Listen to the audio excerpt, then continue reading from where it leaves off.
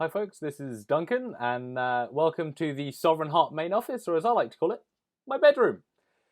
This is going to be a vlog about the development process and how we came up with the idea and how I've been developing it and creating it into the form it's in today, and hopefully the form it will be in the future.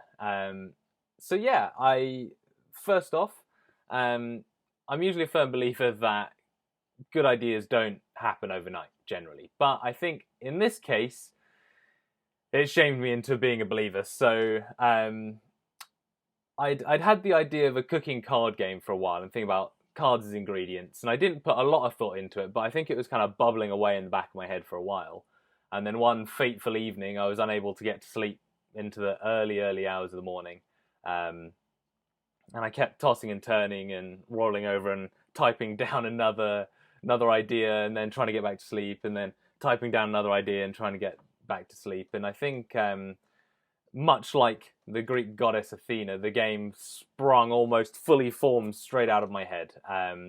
And from there, we really ramped up the development process to try and see if the thing actually worked. So the very first thing I did was create a prototype. And here you can see the very first prototype that I ever made. It's made on this really, really horrible thin paper because I saw a notepad that was titled drawing paper and I thought, oh, that will probably be some thicker card. It was nothing of the sort.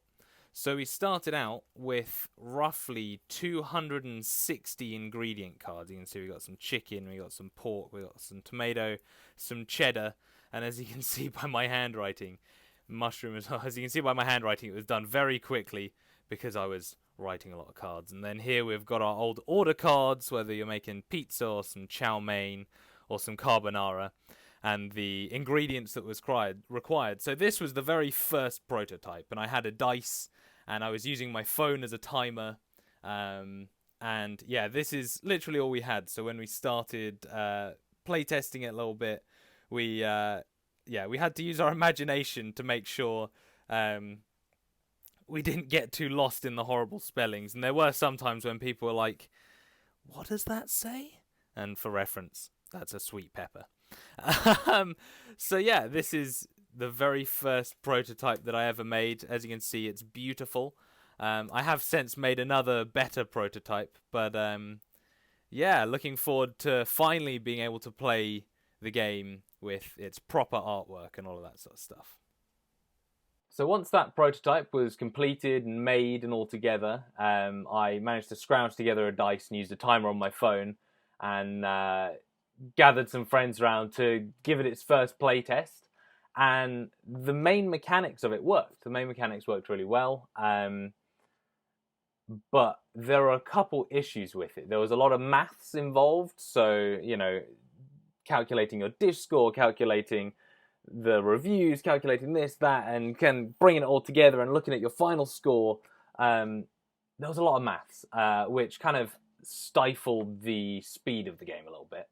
The other problem is that it was quite methodical. So you'd take your turn, and then they'd take their turn, and it would kind of plod along nicely, and until someone had a good dish, and then everyone would present their dish, and it was like, okay, the dish is presented, and then you'd spend ages totting up the numbers, and then someone would win, and then we'd go on to the next round and methodically plod through it again, and then you'd add your final scores together, and someone new would be in the lead, or the other person would be in the lead, and it was just very slow.